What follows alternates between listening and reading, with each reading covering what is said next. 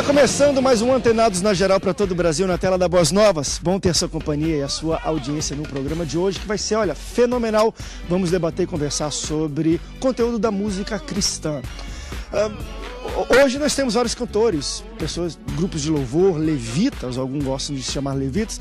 Como é que está o conteúdo? Muitas pessoas acham, às vezes, as letras revangistas, né, de revanche, você vai estar lá embaixo humilhado, eu em cima. Vamos falar um pouco sobre, será que as músicas hoje compostas e tocadas na rádio, elas conseguem entrar na igreja e elas nos elevam a um momento de louvor e adoração, talvez com músicas antigas? Eu não sou saudosista, não, mas eu gosto muito de harpa cristã e eu acho que é, não vou dizer imbatível, mas é inigualável. Será que as composições, corinhos, músicas de hoje têm um teor teológico de adoração, de louvor, tão bom quanto talvez os corinhos antigos? Vamos falar um pouco sobre isso e também de movimentos anti-celebridade, eu falei de anti-celebridadização dos cantores evangélicos, né? Tá virando uma coisa grande, mercados e, enfim, gravadoras estrangeiras que não são evangélicas explorando isso, que eu acho extremamente normal, mas eu quero debater um pouco sobre como está a qualidade da música cristã hoje no Brasil. Para falar um pouco sobre isso, recebo ele que é pastor, escritor e professor do Novo Testamento e apresentador do programa O que a Bíblia Diz, pastor Ailton Bezerra. Pastor, bem-vindo ao Antenados na Geral. Muito bom, André. Falar sobre música e o conteúdo da música. Então nós vamos falar sobre o que está por detrás da letra, ou a proposta teológica daquela canção. Porque toda música ela traz uma mensagem. E a mensagem deve ser a mensagem do Evangelho. Pelo menos seria a proposta do louvor, que adore a Deus e que fale ao coração dos homens. E sobretudo, pensando nesse conteúdo, o louvor ele deve atingir o coração para quem ele é designado, que é para o Senhor, e a mensagem deve atingir o coração do pecador ou do adorador, para que ele entenda o que aquele propósito daquela canção, daquela melodia está fazendo. Obrigado, pastor, pela sua presença. Também recebo ela, que é cantora, membro da igreja Nova Vida de Trindade, em Niterói. Também tem um CD gravado, Mônica Oliveira. Mônica, bem-vinda, querida Antenados na Geral. Obrigada, querida. É um prazer estar aqui compartilhando, né, com esse tema tão importante.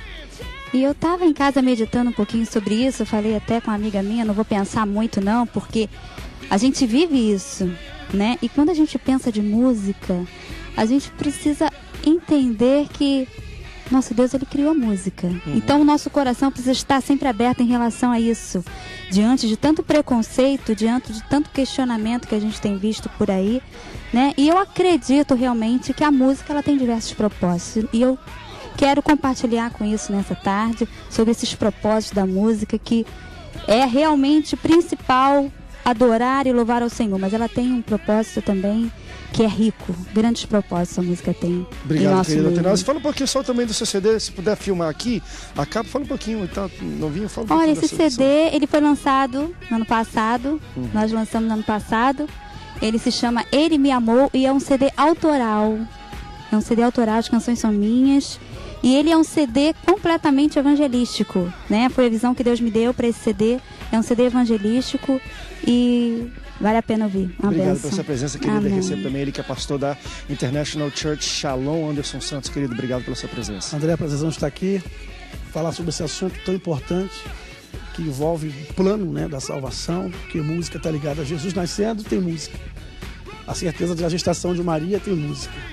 Depois do arrebatamento da igreja, continua a música. Então, música é algo extremamente espiritual e a gente tem que falar sobre isso e se acertar dentro aí de alguns enganos, né? Obrigado pela sua presença. Também recebo aqui um prazer. Olha, na igreja evangélica a gente não tem papa não, mas esse cara, ele é o papa um pouco da indústria fonográfica, da produção musical no Brasil. Ele é publicitário e diretor da Show Gospel, Eduardo Custódio.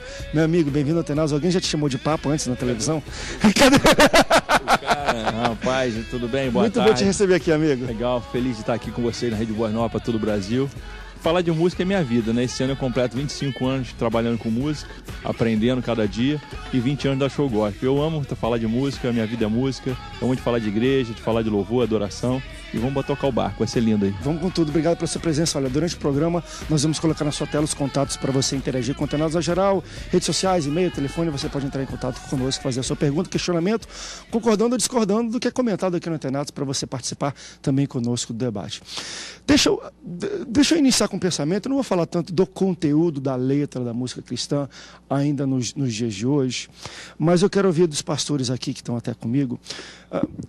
Existe hoje um movimento, eu sinto pelo menos isso, a gente recebe muitos cantores aqui, muitas pessoas, existe um movimento muito grande no Brasil e até entre cantores do que a gente chama de descelebridização do que é. Aquela coisa de, o cantor que cobra cachês altos, que faz shows, vamos parar com isso. É menos palco, mais altar. Menos oba-oba e mais amém, glória a Deus, aleluia. Como é que vocês veem esse tipo de... Você acha que a gente chegou a um ponto que está muito celebridade? Às vezes isso é natural, André, isso não vai mudar, porque às vezes não tem nada a ver com o cantor, é com quem enxerga ele. Qual é a tua visão, pastor? Eu acho que a questão é do mercado. O mercado, ele precisa vender, ok? Por exemplo, a cantora... Mônica, então ela fez um CD, ela gastou um dinheiro para fazer esse CD, não foi de graça. Ok? Se ela não pagou do bolso dela, alguém pagou, ou então uma gravadora está fazendo. Então tem um custo, tudo tem um custo, não é de graça. Então aquilo tem que ser, de alguma maneira, revertido, voltar o recurso. Uma coisa é a questão do mercado. De fato, o CD tem que ser vendido, ou então, se você puder doar ou dar, que eu acho muito difícil, porque é caro, não é, fazer um CD? Fala para nós, é caro ou não é? Muito caro. É muito caro, não é barato. Fazer a publicidade dele, ir para a televisão ou para a rádio, tocar numa rádio evangélica no Rio de Janeiro, é fácil? Não é fácil. Não é fácil. Tudo é cobrado. Então, tudo é cobrado. Não pode cobrar. Rádio, o pessoal cobra para que seja tocado aquilo ali. O pessoal cobra tudo. Então, o pessoal cobra tudo, é muito caro e tem um custo. Então, assim, a gente tem que começar a fazer um divisor de águas, André, para poder, então, não meter o pau num lado... e descobrir o outro. Então a gente tem que fazer um paralelo aqui dentro de uma ideia lógica, entendendo que o cantor, ele tem um sonho, ele tem um talento, ele tem uma habilidade, ele tem um chamado. Então se ele não tiver um empresário, uma produtora, enfim, que vá custear ele vai ter que meter a mão no bolso, ou familiares, ou conhecidos, ou amigos, ou a igreja que ele é membro, e aí então vai poder então gerar o filho, a filha, o CD, o nome que ela dá, né? Então ele tem que vender. Ok? Ele vai vender aquele CD vendido, vai para pagar a despesa e ele poder continuar. Até porque ele vai cantar numa igreja, ele tem custo para ir. Mas o que você está falando é o quê? É dos altos cachês, é do mercado por trás, não é isso? Eu não vou nem falar disso, porque assim, se tem cachê alto é porque tem quem pague. Então, eu tenho muita dificuldade numa igreja que chama alguém, convida alguém para pregar, paga essa pessoa e depois reclama. Sim. Meu irmão, se tu está reclamando no que pagou, no que a pessoa cobrou, então não paga e acabou.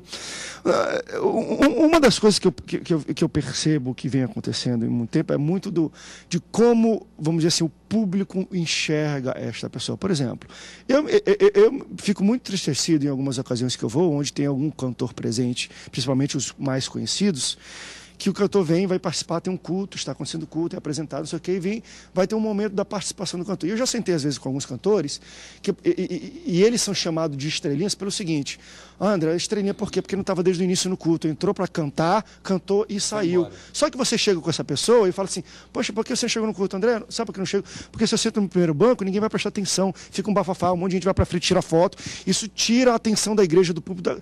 Então, assim, a gente sofre... Os pastores falam mal da gente, o público fala mal da gente, mas se eu também estiver sentado lá, vai ter um monte de gente na primeira fila querendo ficando tirando foto, e vão continuar falando mal da gente, que a gente está tirando atenção, porque a gente é celebridade. Então as pessoas às vezes não sabem como lidar. E a minha pergunta é: qual é a responsabilidade de um cantor, quando ele chega talvez num patamar desse, em controlar ou limitar como as pessoas reagem quando vê ele? Porque a gente chama, sério mesmo, eu conheço alguns, Deus me deu a oportunidade de ser amigos até pessoas de alguns, que ele falou assim: André, eu não consigo assistir um culto, porque durante a pregação tem 10 pessoas na frente do pastor, na frente do público, tirando foto de mim.